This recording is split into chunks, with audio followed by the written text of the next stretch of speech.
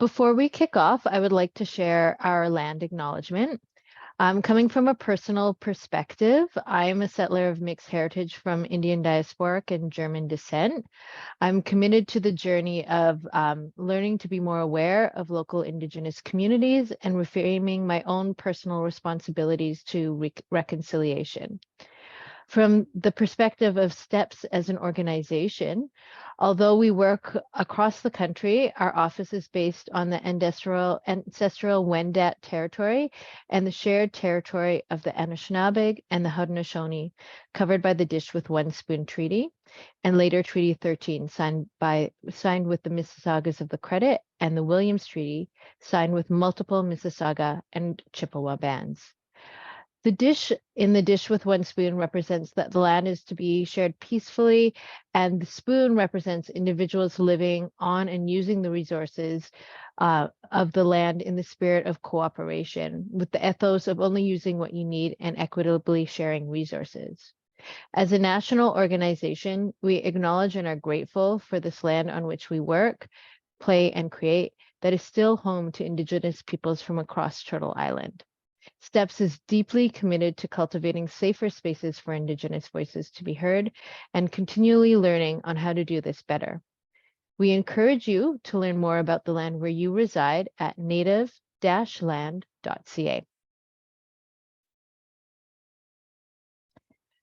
So in our agenda for today, we will be providing an introduction to STEPS, going over what creative placemaking is from a STEPS context, and diving into our Inspired Art Impact Toolkit, which will be sharing the project overview, key findings, and lessons learned.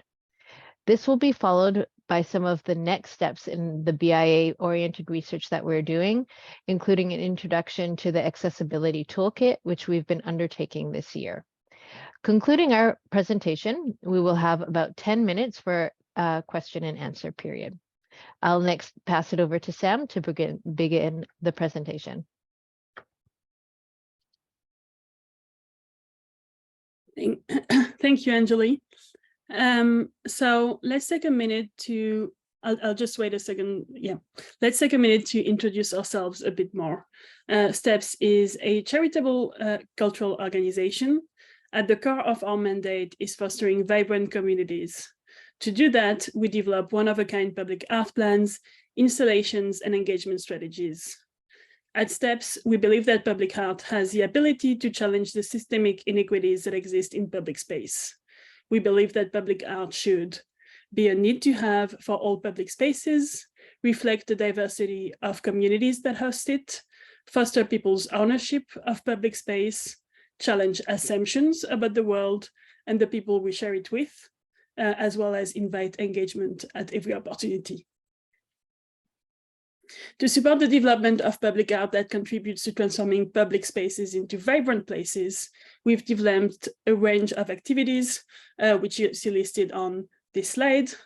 We support the production of public art through commission, curation, and project management. We've also developed artist capacity building programs to help artists from equity-deserving communities grow their skills and develop their network with programs such as Create Space, a residency for BIPOC and other equity-deserving artists across Canada, and the Reclaim Public Art Residency, a mentorship program in which an experienced public artist leads a cohort of mentees to create artwork with upcycled materials. Community engagement is at the heart of what we do. We incorporate engagement in our production programs and develop specific arts-led engagement strategies to showcase the perspectives of local communities.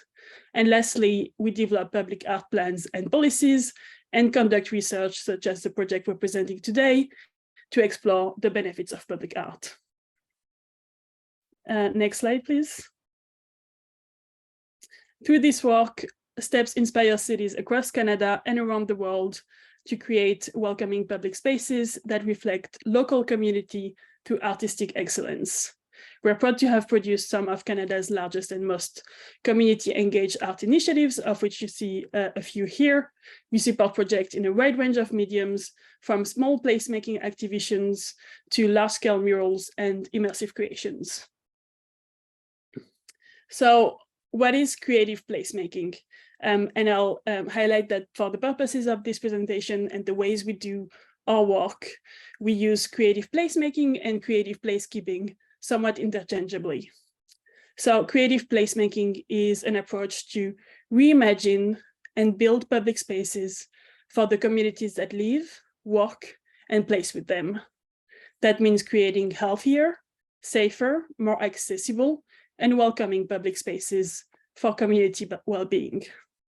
Creative placemaking incorporates arts and culture to revitalize public spaces, stimulate the economy, and encourage community participation to create spaces reflective of the diverse identities that use them. This process recognizes the heritage, residential communities, and diverse uses of the targeted area to position people as the makers of space so that they can define their own neighborhood. I'll now pass it on to my colleague Madison to present the Inspired Art Impact Project. Thank you so much, Sam. So I'll dive in a bit more about the Inspired Art Impact Project. Last spring, STEPS worked with Toronto Metropolitan University with support from the City of Toronto's Main Street Innovation Fund as part of the Government of Canada's support to the Federal Economic Development Agency for Southern Ontario, as well as MITACS, RBC Royal Bank, and the Government of Ontario, Ontario Arts Council, and Canada Council of the Arts. We worked together to lead a research and pilot study that would result in a toolkit as a resource for business improvement areas as representatives of Main Streets.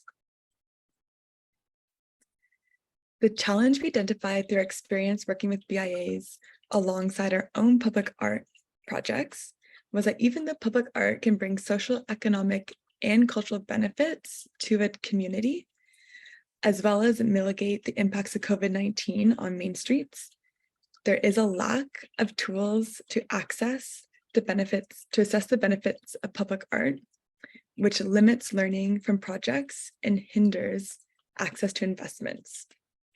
Furthermore, there are limited resources available to aid in the evaluation of the impacts of public art installations, particularly at a local level, making it very difficult for organizations to make strategic decisions and describe and communicate these positive impacts public art has to stakeholders.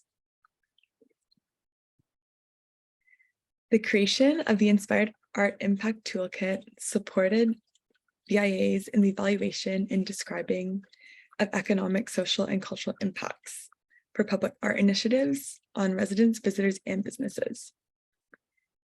To ensure easy use by BIAs, no matter the size or familiarity with public art initiatives, the toolkit is ready to use, featuring clear guidelines which are complemented by public art tools.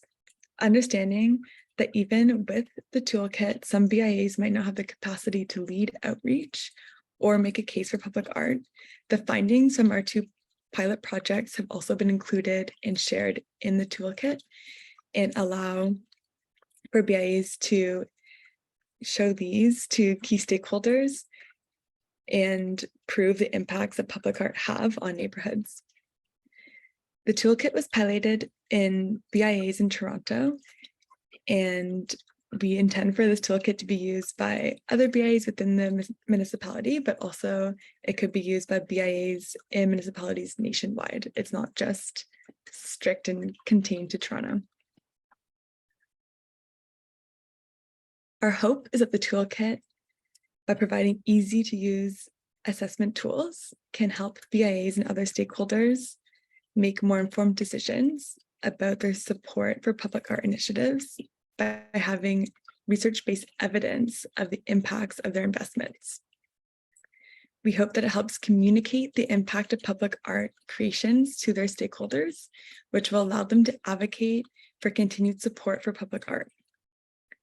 Finally, we hope the toolkit includes guidelines for the implementation of public art projects, covering a variety of topics such as site selection, permitting, and best practices for engaging artists, which we hope will help stakeholders implement public art projects more effectively in a way that fully benefits local communities and creatives. Our methodology, which informed the development of this final toolkit, had 5 distinct stages, starting with the review of academic literature and industry reports. So this include looking at studies on impacts of public art and measurements of public art impacts. In collaboration with the Toronto Metropolitan University's research team, the toolkit was developed based on a thorough review of previous studies and an in-depth consultation process. This ensured that the toolkit would focus on impacts that could be reasonably expected from public art and contain measurement methods that have been proven effective. We consulted a variety of stakeholders to ensure that the project would illuminate the impact of public art on the primary groups that benefit from it, and that includes residents, visitors, and businesses. We conducted 10 qualitative interviews with key stakeholders. This included local BIAs, residents, community stakeholders, and government representatives. In addition, we surveyed 15 Toronto BIAs. Based on this knowledge collected, we developed the toolkit resource. To verify and improve the usability of this toolkit recommendations, we tested them on 2 BIAs that were chosen for very contrasting profiles. So we wanted to make sure we had the best review possible by choosing these very different BIAs. This also allowed for us to include the implementation of beneficial public art initiatives in our process. These pilot studies were launched in Toronto's BIAs of Eglinton Hill, which is located outside of downtown in the northwest end of Toronto, and Riverside BIA, which has a closer proximity to downtown and is located on Queen Street East. This includes the creation of the mural titled Sharing Stories of Migration by artist Moises Frank, aka known as Love Someone, and interactive works titled You Were Here by Megan Chen in Riverside. The toolkit was then updated based on findings from the pilot projects. To ensure the toolkit's ease of operation, we developed ready-to-use surveys, included details and accessible recommendations for each phase of measurements, and included key initial questions, determine the scope of focus, measurement data collections, methods and challenges, analyzing of results, and how you could present the findings. Alongside, we added valuable tools to help guide the creation of public art initiatives. Throughout a review of academic literature and industry reports, as well as our surveys and interview process, we identified key benefits that can be generated through public art initiatives. These benefits help BIAs both socially, culturally, and economically. So I'll go through a few of the social benefits first. Public art improves the quality of life and happiness and well-being, making the community more livable. It can contribute to community pride, especially if the work reflects and involves the community. It improves the quality of streetscapes, making the area more attractive and a vibrant place to live for residents, and a more fun place to experience for visitors.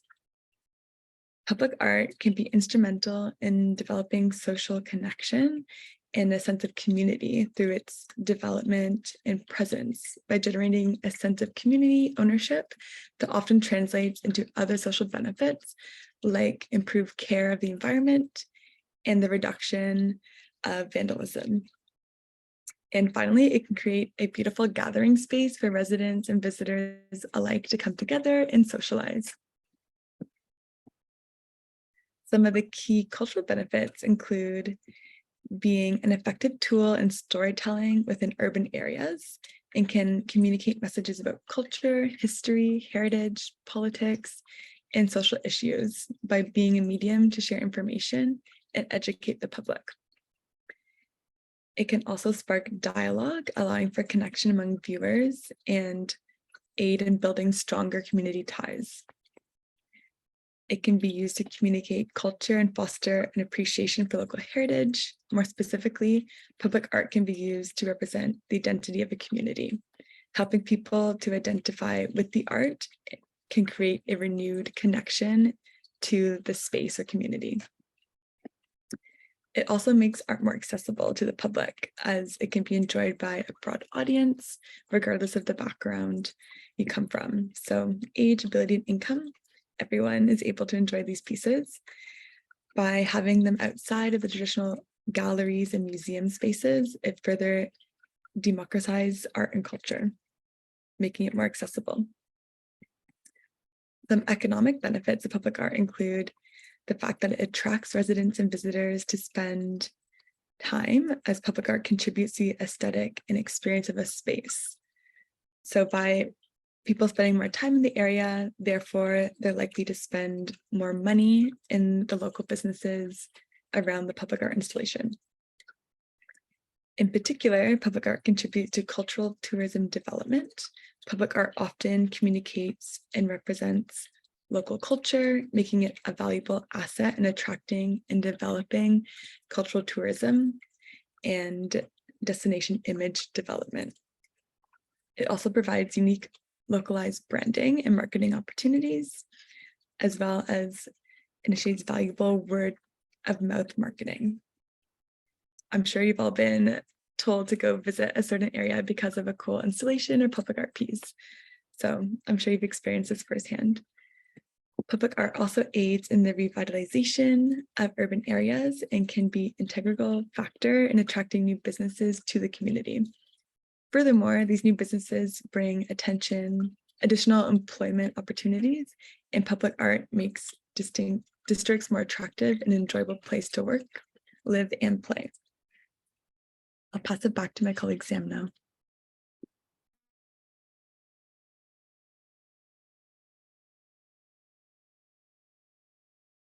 Thank you, Madison. So pulling this all together, the outcome is a detailed, ready-to-use toolkit that includes, first, detailed advice for each phase of an assessment initiative. We've included data collection considerations, recommendations touching on ethics and privacy, as well as tips to face challenges in data collection when using different tools. We've presented different data collection instruments with advice on which to use when, which I'll outline in a minute, as well as tips on how to analyze and share findings. We've also included complete ready-to-use tools for data collection to help BIAs start assessments. That includes survey and interview guides, a public art observation worksheet, as well as social media tracking templates. Lastly, as my colleague Madison mentioned, we also included public art implementation tools to help stakeholders who might be new to developing public art initiatives kickstart the process. That includes how to define project goals, select the site, and advice on timeline considerations, as well as recommendations on how to conduct a site assessment and best practices for hiring and working with artists, as well as community engagement tools. The toolkit is designed to be flexible, allowing BIAs and other stakeholders to adapt the use to their unique situation. We've included presentations and descriptions for a variety of tools so that the right method can be selected based on the stakeholders' unique needs. And we wanted to highlight a few key questions you should take into consideration when starting an assessment to help you select the right method or methods to use. So first, why? That includes determining what purpose the data will serve. And some of the questions you might ask yourself include, will this data, for instance, be used to make decisions about future public art projects? Or is the goal to advocate, for instance, to communicating impacts to stakeholders like a board of directors, or to apply for external funding for public art? you also might ask yourself if the plan is to advocate for specific initiatives or to collect results that can be compared with the impact of public art at other points in time or in other areas. With this in mind, you can start looking at the what. So what specific information are you hoping to gain a deeper understanding of? For instance, is the goal to look at something specific, like a public art's impact on foot traffic, or how public art impacts one particular group, like residents, visitors, or businesses? Or on the other hand, are you interested in gaining a broader understanding of how public art impacts the whole community, as well as is the goal learning about the impacts of public art in the community overall, or to assess the impact of one specific installation? Practical considerations obviously will also determine what tool you can use. Looking first at what resources, and specifically human resources, can be pulled to conduct this assessment, determining how much labor time you can allocate to this initiative, and determining who will lead the initiative. Will it be staff members, the board of directors or volunteers, hired students, or other participants? And that can also include identifying what skills and abilities the people responsible for this initiative bring, and so the type of methods of data collection that they might be most able to implement. When looking at the timeline, obviously you should consider how much time you're able to commit to the initiative, as well as when you need the results of the data collection by for the purpose you've determined. You can also consider whether the goal is to have a one-time data collection, or if it would be worthwhile to repeat collection to track changes over time. For instance, conducting surveys at regular intervals, every 6 months, once a year, or every time a new art piece is installed in the community. The timeline should also be established with the timeline for the art installation itself in mind.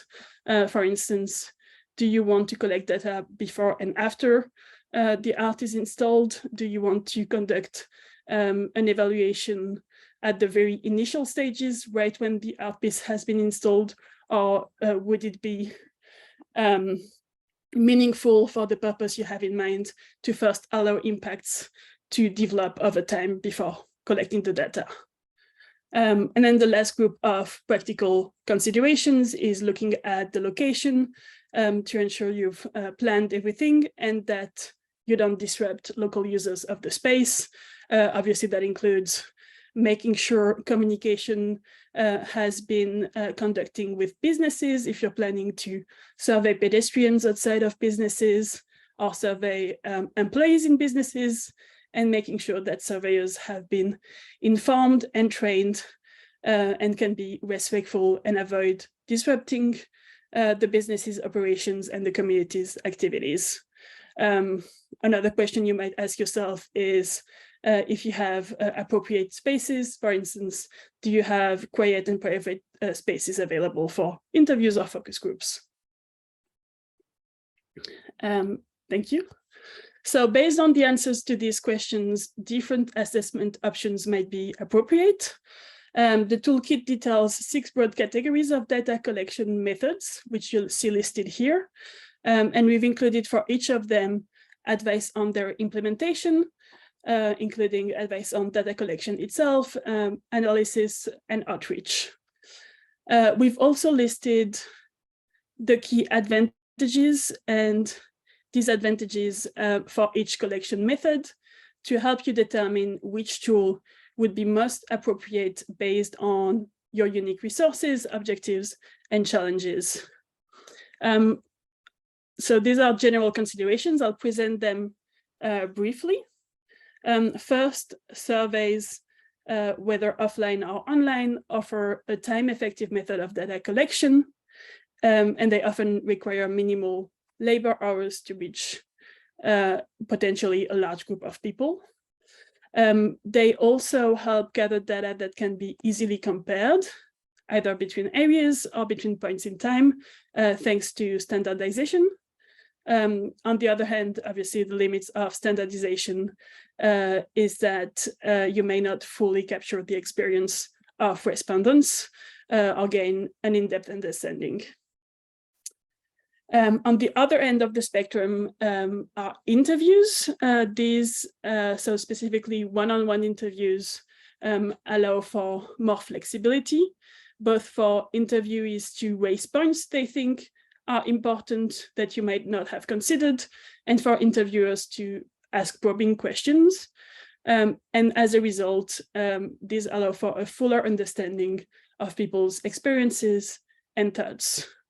Obviously, the limit of that is that these are time-consuming, and there's also a risk of having an interviewer effect, so specifically of people feeling pressure to answer a certain way.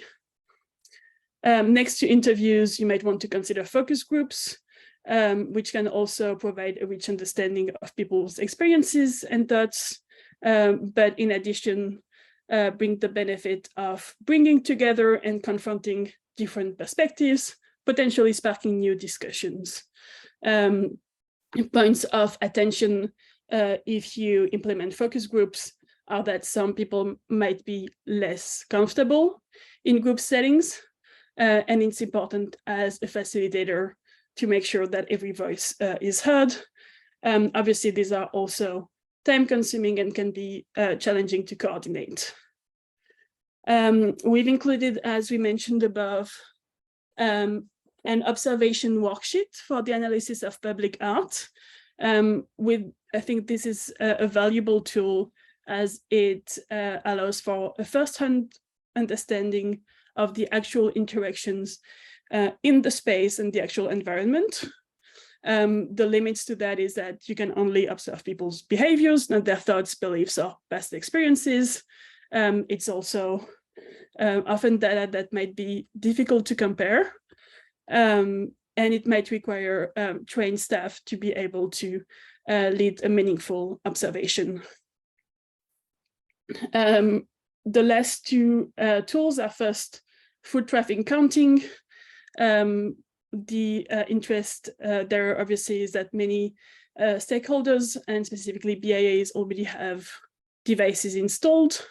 It's also something that can be automated and provides data that is easily comparable.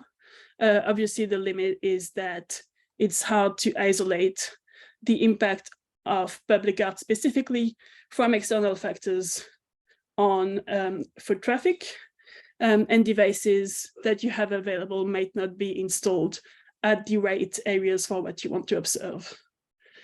Lastly, we've included a few notes and recommendations on social media tracking. Tracking the public social media's activity is a complex task that often requires the services of a specialized external vendor. But there's a more easily usable method, which is tracking the public's engagement with posts by the BIA, which feature public art. Obviously, the limit to that is that you're only measuring the reactions of people who already follow your actions, and you can only track basic measures. Next slide, please. As we mentioned, the toolkit outlines 8 different impact and assessment options with ready-to-use tools. We've included surveys for different groups, as well as interviews, focus group guides, foot traffic options, a public art observation worksheet, and advice on social media tracking implementation. Next slide, please. So as my colleague Madison mentioned, we piloted the toolkit in 2 separate BIAs. The first pilot study was conducted in Riverside BIA, which is a BA in Toronto that is located close to the downtown core, that is relatively affluent, and also has a long history of implementing public art projects. For this pilot project, we created an interactive layout installation that tracked the patterns of movement of people and reflected that through light sensor patterns. Next slide, please. So we wanted to show you a short video so you can get a sense of how the installation worked, as well as hear from the artist Megan Cheng, who was also a participant in our Create Space residency program. I'm Megan Cheng. I'm based in Toronto, Ontario, and I had worked on a project called You Were Here.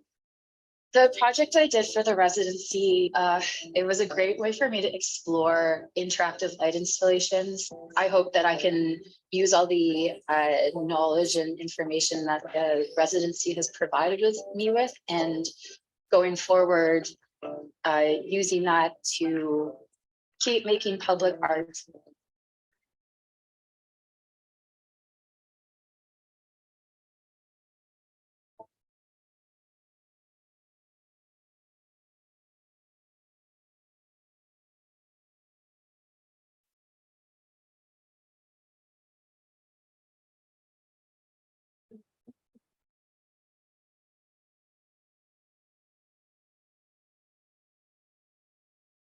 Thank you. Can we go to the next slide, please?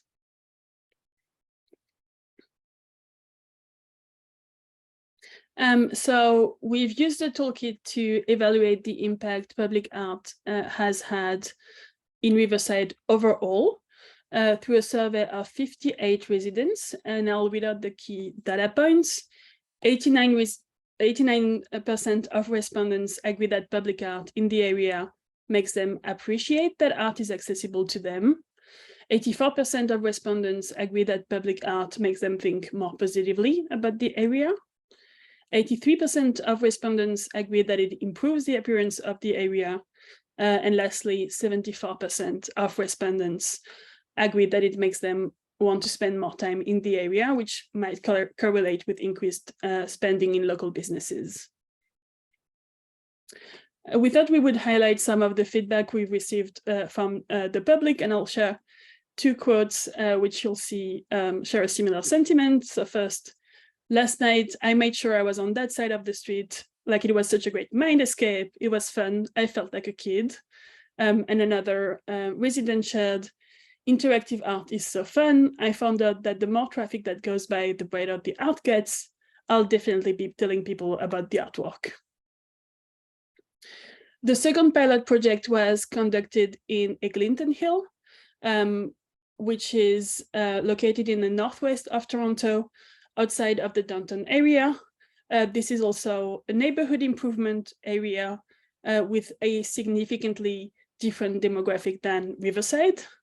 The area is less dense than Riverside and has been significantly impacted by large-scale municipal construction projects. It was also the first time that the BIA developed a public art initiative. For this project, we worked with local artist Moises Frank to create a large-scale mural called Sharing Stories of Migration. We also integrated local youth mentorship and capacity building in the project. And the artwork you see here depicts a local drummer, Saiku Saho, who has played an important role in the area. We used the toolkit to evaluate the impact of this mural through a survey of 16 residents. And I'll read out the key information collected. 100% of respondents agree that the public art installation makes them think more positively about the area. 88% of respondents agree that it makes them feel happier. 82% of respondents agree that it makes them want to spend more time in the area. And lastly, 82% of respondents agree that it improves their experience of the area. We wanted to share a quote by the artist Moises Frank that outlines the significance of the mural and explains why this specific theme was chosen. Moises said, with the mural, big at the edge of Little Jamaica, where there are a lot of Black people. Having Sekou Saho, a Black powerful man in the community of Toronto, is a beautiful way of celebrating his legacy. People think it's really fitting in the community. And I really like the second part of the quote, which is about his style and how he hopes to transform people's experiences of public spaces in Toronto. So the city is very exciting and moving and very bright. With my murals, I want to create a space for more ambience, more subtleties, for being calm so you can take a breath and take it all in without feeling overwhelmed. We learned important lessons through our work overall and through the process of creating public art pieces in Eglinton and Riverside.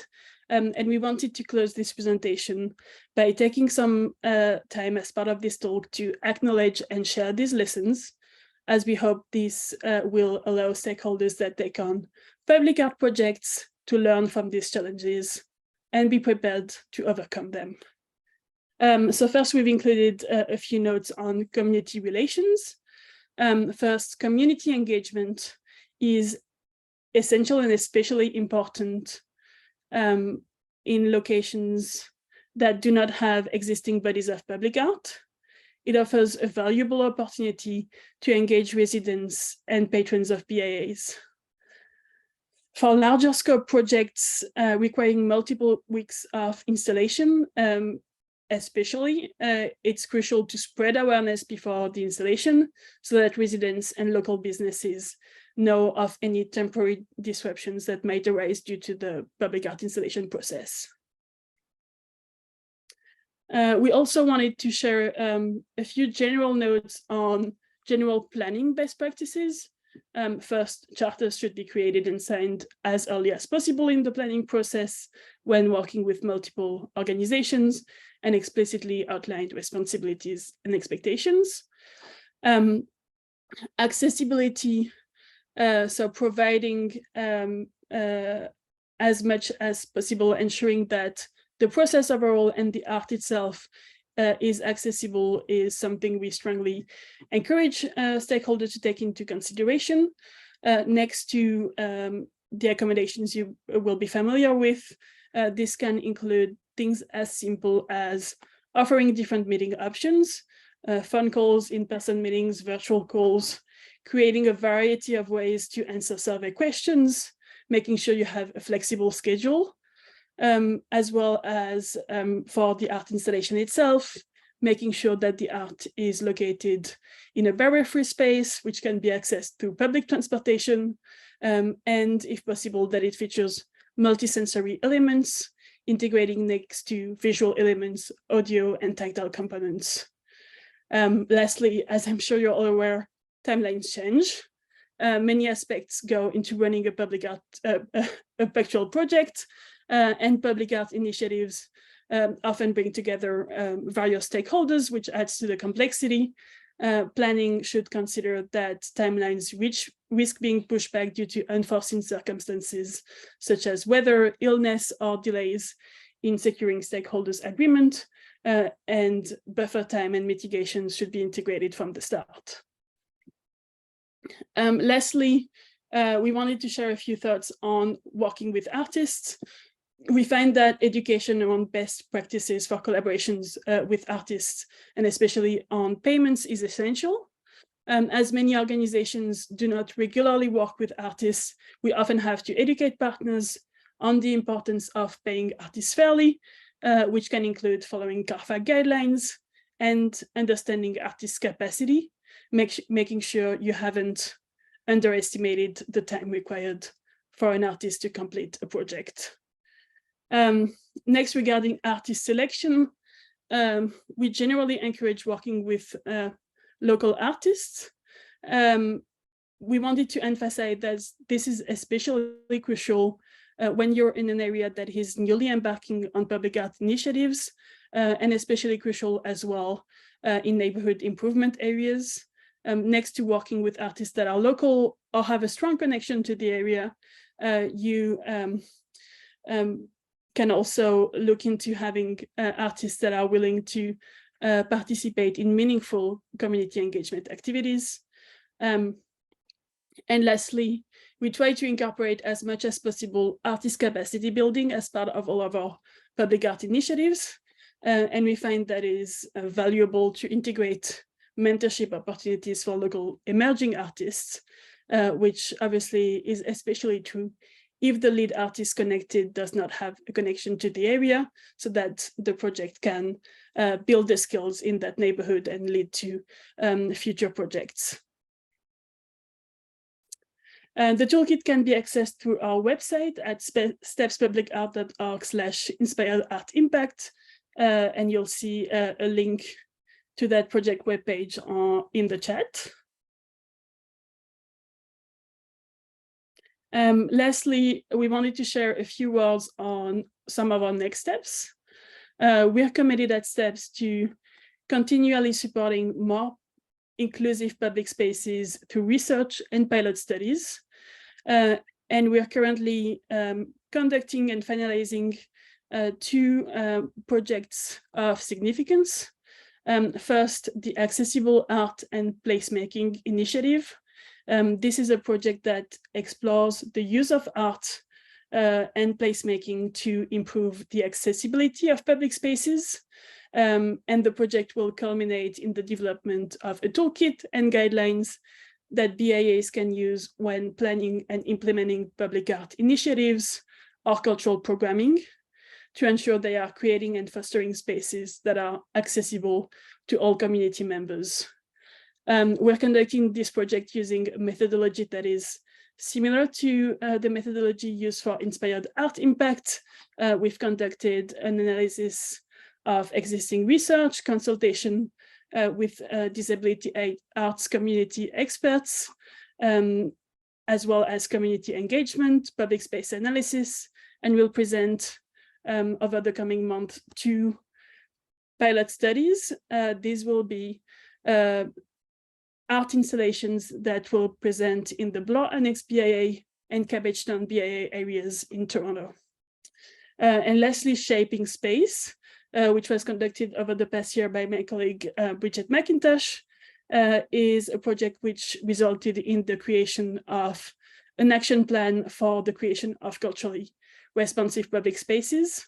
We'll be sharing the final report, for which you see the cover here, in the coming weeks. And you can already find more information on the project on the project webpage, which my colleague Kruti has just posted in the chat. So thank you for your time. We'd now like to open the floor to any questions, and I'll invite my colleagues Madison and Ange to join me.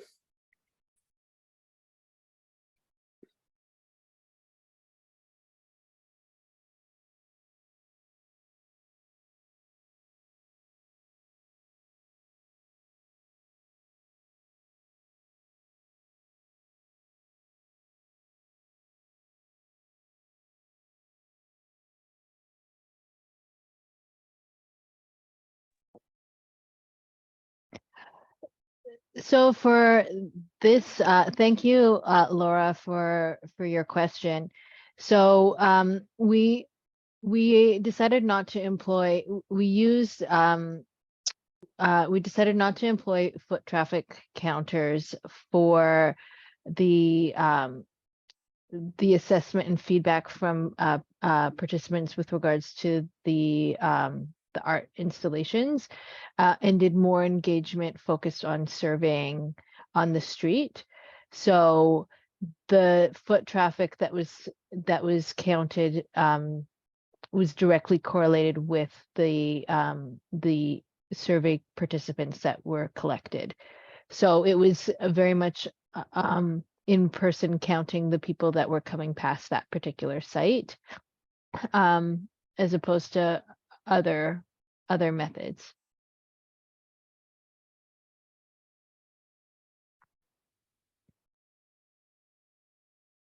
Any other questions people may have?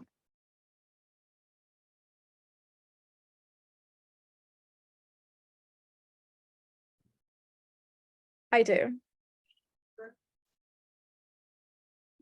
Hi, thank you so much for this very beneficial presentation. So I'm a master's student at Carleton, and actually my research is investigating the relationship between public art and well-being. It's an explorative type of study that's conducting. So I was just wondering if I can potentially like set up a meeting with one of you guys and just discuss, I guess, what I'm exploring. I feel like this is whatever you were discussing right now really is in alignment with whatever I'm conducting with my research. Yeah, Thank we you. would be happy to connect. Yeah, feel free to email us at the addresses you see listed here. Awesome. Thank you so much.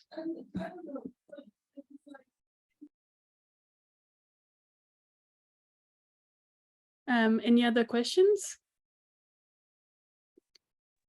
I have one. Thanks for the presentation. This was great, and I definitely will. Haven't read through the whole package. It's quite long, but I will carve out time and go through it.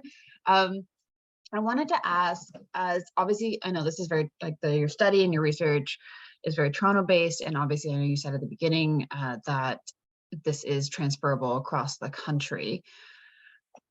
Can you give any kind of maybe this is already in there, so I apologize if I'm reiterating something that's in the guidelines, but kind of helping to pitch this concept and these ideas and using this as a guideline without getting BIAs back against the wall because it's from a Toronto lens, because that can be a narrative that we get a lot, that like Toronto's a big city, it only works in Toronto, Toronto has all the people and the money and the space, etc., and it will never work here. So just wondering if there's any like sort of, or maybe this is something we can take offline, but if that makes any sense, kind of what I'm asking. No, that's a great question. And we have worked a lot outside of Toronto.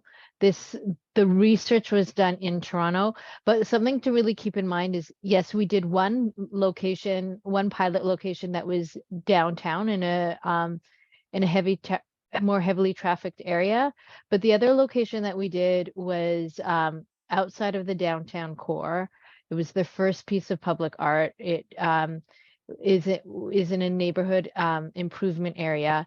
So in some ways it has similar circumstances to, say, smaller municipalities that don't have a lot of investment in art, that don't have as dense of a population. So the findings that came from that particular pilot study, which was actually the same across the two, very similar across the two, was that there was a significant positive response, and that case study in particular can be extrapolated to a location outside of Toronto and in smaller municipalities. I think as well the research, the review of literature included was an overall review of literature which included case studies outside of Toronto. And we do have a program called I Heart Main Street, which we created originally to offer quick turnaround activations that benefit main streets and local economies, for which we've done installations widely in municipalities of different sizes. We'd definitely be happy to set up a meeting to discuss this further too, if you're interested.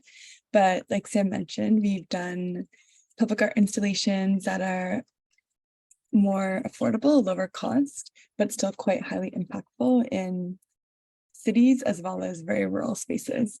So it definitely can be beneficial for any municipality, and we're here to help bring public art to your neighborhood and your area. So we're happy to continue the conversation off this call if you're interested.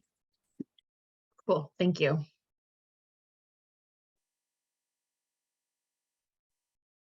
Any other questions?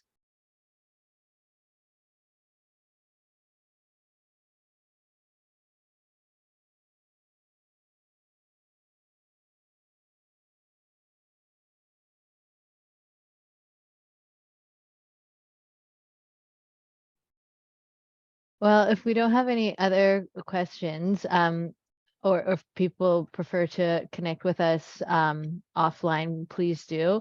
And yes, we encourage you to take a more in-depth review of the toolkit.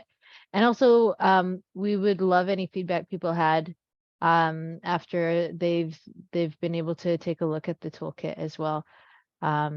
This is something that is really close to our heart, and it was a really insightful process for us ourselves to be a part of.